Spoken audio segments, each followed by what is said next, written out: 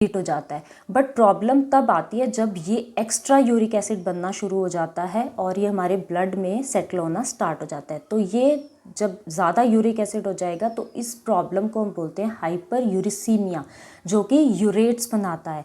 और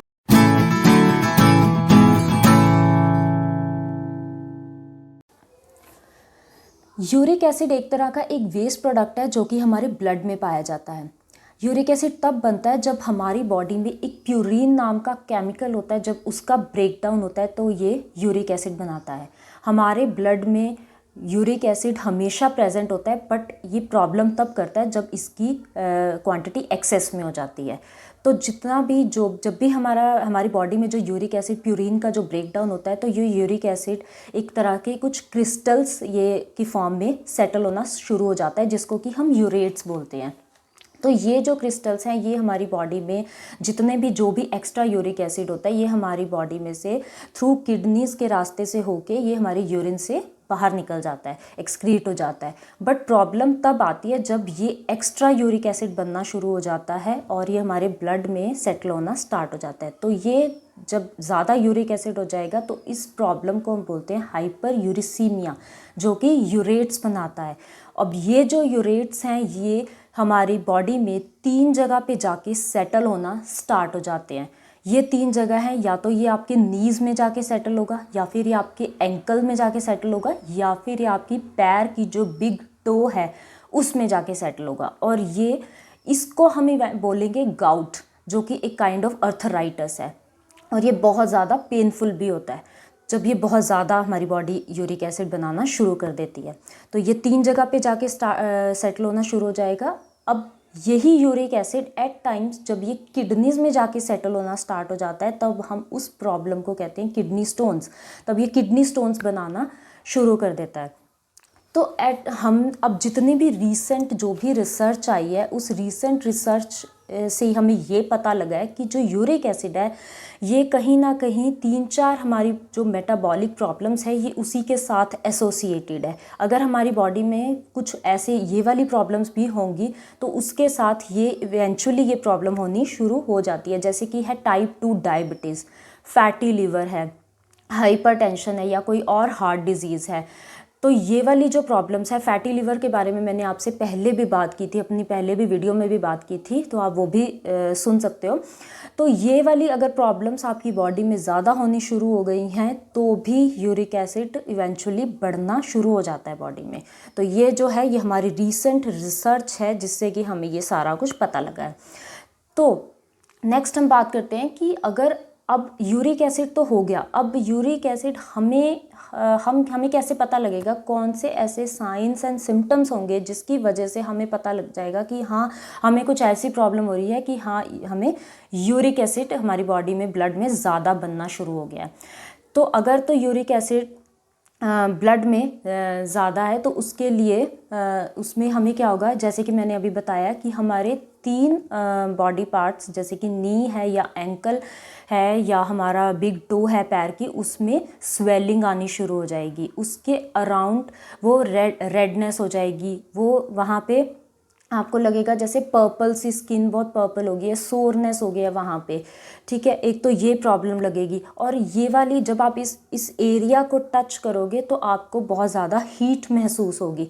तो ये कुछ ऐसे सिम्टम्स हैं जो आपको नज़र आएंगे कि जब आपको यूरिक एसिड ज़्यादा है। और अगर आपको अब ये तो होगी प्रॉब्लम जब आपको यूरिक एसिड जो कि काइंड ऑफ जब आपको गाउट के सिम्टम्स नज़र आएंगे। अब कुछ एक प्रॉब्लम होती है कि जब आपको यूरिक एसिड जाके आपके किडनी में जाके स्टोन बनाना शुरू कर देता है तब आपको कैसे साइन एंड सिम्टम्स नज़र आएंगे। वो साइन एंड सिम्टम्स होंगे कि आपको लोअर एब्डोमेन में पेन होगी, और वो जो पेन है वो रेडिएटिंग पेन होगी जो कि आपकी ट्रैवल करेगी थ्रू द जेनाइटल्स। तो आपको वहाँ पे ये जाके पेन महसूस होगी, ठीक है। आपको वॉमिटिंग, नोज़िया ऐसी फीलिंग आएगी, और एट टाइम्स जब ये बहुत ज़्यादा होगा तो आपकी यूरिन में ब्लड भी आ सकता है। तो ये हैं कुछ साइंस एंड सिम्टम्स जो कि आपके यूरेट्स जो बनाते हैं, जो हाई प्यूरिन का बनेगा तो आपके किडनीज़ में या फिर नी, एंकल और टो में आपको ये सिम्टम्स आपके नज़र आ जाएंगे। अब आपको ये जब सिम्टम्स सारे नज़र आ गए हैं तो आपने कौन कौन से ऐसे डायग्नोस्टिक टेस्ट हैं जो आपने करवाने हैं। आपने करवाना है यूरिक एसिड डिटेक्ट करने के लिए, ठीक है। आपने यूरिक एसिड के लिए अपना ब्लड सैंपल देना है। ब्लड सैंपल में अगर तो एक फीमेल है, अगर उसका 6 mg/dl से ज़्यादा आता है तो मीन्स उसको यूरिक एसिड है, और अगर आप मेल हो तो आपका 7 mg/dl से ज़्यादा आता है तो दैट मीन्स आपको आपकी ब्लड में यूरिक एसिड ज़्यादा है। तो अगर हम इस रेंज को, अगर एक फ़ीमेल है अगर उसको 5 to 6 के इन बिटवीन भी आता है तो मीन्स आपका बॉर्डर लाइन है, तो आपको प्रिकॉशंस लेनी शुरू कर देनी चाहिए। इसी तरह से मेल का अगर 6 to 7 के बीच में आता है तो आपको प्रिकॉशंस लेनी स्टार्ट कर देनी चाहिए।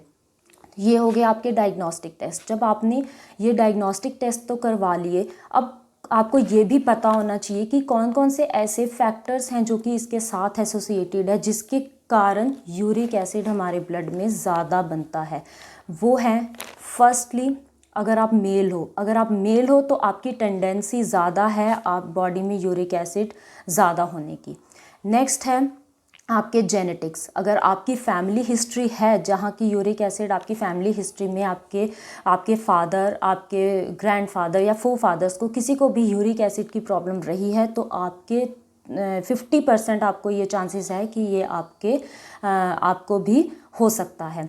नेक्स्ट है कि जब आपको ये टाइप 2 डायबिटीज़ है, आप ओबीस हो, आपको हाइपरटेंशन है तो भी आपके चांसेस ज़्यादा होते हैं यूरिक एसिड एक्यूमुलेट होने के। नेक्स्ट है हाई प्यूरिन डाइट। अब लोग बहुत ज़्यादा इस बात में कंफ्यूज हो जाते हैं कि प्रोटीन ज़्यादा लेना है या प्यूरिन कम करना है, प्रोटीन और प्यूरिन में कैसे बैलेंस बनाना है। तो ये है प्रोटीन नहीं है, ये है प्यूरिन। प्यूरिन एक तरह का जो है ये एक तरह का वेस्ट प्रोडक्ट है। तो प्यूरिन अगर आपकी डाइट में ज़्यादा है तो आपको प्यूरिन ही है जो कि क्रिस्टल्स बना रहा है, यूरेट्स बना रहा है। तो अगर आपकी डाइट में प्यूरिन ज़्यादा है तब आपको चांसेस है यूरिक एसिड ज़्यादा होने की। अब ये जो प्यूरिन है वो किन किन चीज़ों में पाया जाता है। जो लोग ज़्यादा नॉन वेज कंज्यूम करते हैं जैसे कि रेड मीट है, not chicken, red meat. Lean meat से ये नहीं बनेगा, बट जो रेड मीट ज़्यादा कंज्यूम करते हैं उनको ये चांसेस ज़्यादा होंगे। रेड मीट हो गया, सी फूड हो गया, जितना भी सी फूड है, जो लोग बहुत ज़्यादा फ़िश कंज्यूम करते हैं, लॉबस्टर कंज्यूम करते हैं, प्रॉन्स हैं या सैल्मन, जितनी भी तरह का सी फूड है जो लोग वो ज़्यादा कंज्यूम करते हैं उनको ये चांसेस ज़्यादा होते हैं। कुछ ऐसी वेजिटेबल्स हैं, इस पे भी रिसर्च चल रही है कि कुछ ऐसी क्रूसीफेरस वेजिटेबल्स हैं जिसको खाने से भी यूरिक एसिड की बढ़ने के चांसेस ज़्यादा होते हैं, जैसे कि कॉलीफ्लावर है।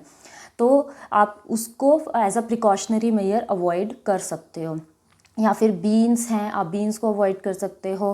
अरबी है, पालक है, पीज़ है, ये चीज़ें कुछ ऐसी वेजिटेबल्स हैं जो कि हाई प्यूरिन में आती हैं। तो नेक्स्ट ये, और कुछ ऐसी दालें, अब जो छिलके वाली स्पेशली जो दालें हैं जो कि होल पल्सेस, होल लेंटिल्स हैं, उनमें प्यूरिन ज़्यादा बनता है। तो ये हैं जैसे कि चिकपीज़ हैं, राजमा है, या छिलके वाली जितनी भी दालें हैं, प्लस जैसे कि होल मूंग दाल है और कुल्थी की दाल है, कुल्थी की जिसको हम कुलिथ भी बोलते हैं। तो ये दाल खाने से भी ज़्यादा यूरिक एसिड बनने के चांसेस होते हैं। तो ये कुछ ऐसी दालें हैं, कुछ ऐसे वेजिटेबल्स हैं, कुछ ऐसे मैंने आपको फैक्टर्स बताए जिनकी वजह से कि आपकी बॉडी में यूरिक एसिड होने के चांसेस ज़्यादा हो जाते हैं। आपकी बॉडी तब भी यूरिक एसिड ज़्यादा बना सकती है जब आपका अल्कोहल का इंटेक ज़्यादा है। अल्कोहल में स्पेशली जो लोग बहुत ज़्यादा बियर कंज्यूम करते हैं तब आपकी बॉडी की टेंडेंसी बन जाती है कि वो ज़्यादा यूरिक एसिड बनाए। और जो लोग बहुत ज़्यादा स्वीटेंड ड्रिंक्स लेते हैं जैसे कि कोला है या फिर इवन द नॉन अल्कोहलिक जो भी स्वीटेंड ड्रिंक्स हैं, उससे भी आपकी चांसेस ज़्यादा होंगे यूरिक एसिड बनने के। और जो हाई फ्रक्टोज कॉर्न सिरप है, जिन चीज़ों में ये हाई फ्रक्टोज कॉर्न सिरप पाया जाता है, तब भी आपके चांसेस यूरिक एसिड बनने के ज़्यादा हो सकते हैं।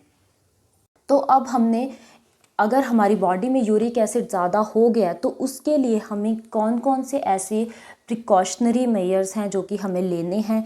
देखो, अगर तो आपको एक एक्यूट अटैक आया है यूरिक एसिड ज़्यादा होने से, आपको बहुत ज़्यादा आप पेन में हो, तो pain killers will help you. तो आपको उस टाइम पे एक्यूट अटैक में, गाउट के एक्यूट अटैक में आपको पेन किलर लेना ही पड़ेगा, बिकॉज़ वो कुछ आपकी जो इन्फ्लामेशन हो गई है उसको भी सबसाइड वो करेगा।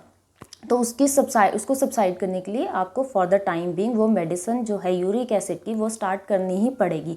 But as a precautionary measure कि आपकी बॉडी में यूरिक एसिड ना ज़्यादा बनी, या फिर आपने अपना ब्लड टेस्ट करवाया और आपको डिटेक्ट हुआ कि आपका यूरिक एसिड बिल्कुल बॉर्डर लाइन पे आ गया है, या फिर बिल्कुल एक जो लिमिट है उसको टच कर गया है, तो आपको कुछ ऐसे प्रिकॉशनरी मेजर्स हैं जो कि ज़रूर लेने चाहिए, ताकि आप इन फ्यूचर उसको आपकी बॉडी में यूरिक एसिड राइज ना हो। तो वो जो प्रिकॉशनरी मेजर्स हैं, प्लस उसके लिए जो हम ट्रीटमेंट के रूल्स जो हम फॉलो करते हैं, उसके लिए मैं आपको नेक्स्ट वीडियो में बताऊंगी कि कैसे आपने अपनी डाइट को मॉडिफाई करके लेना है। लो प्यूरिन डाइट लेनी है, नॉट लो प्रोटीन डाइट नहीं लेनी, आपने लो प्यूरिन डाइट लेनी है इसमें। तो उस डाइट में क्या क्या आपने मॉडिफाई करना है, उसको क्या क्या चेंजेस लेके आने हैं अपनी डाइट में, that I will tell you in the next video. Thank you so much.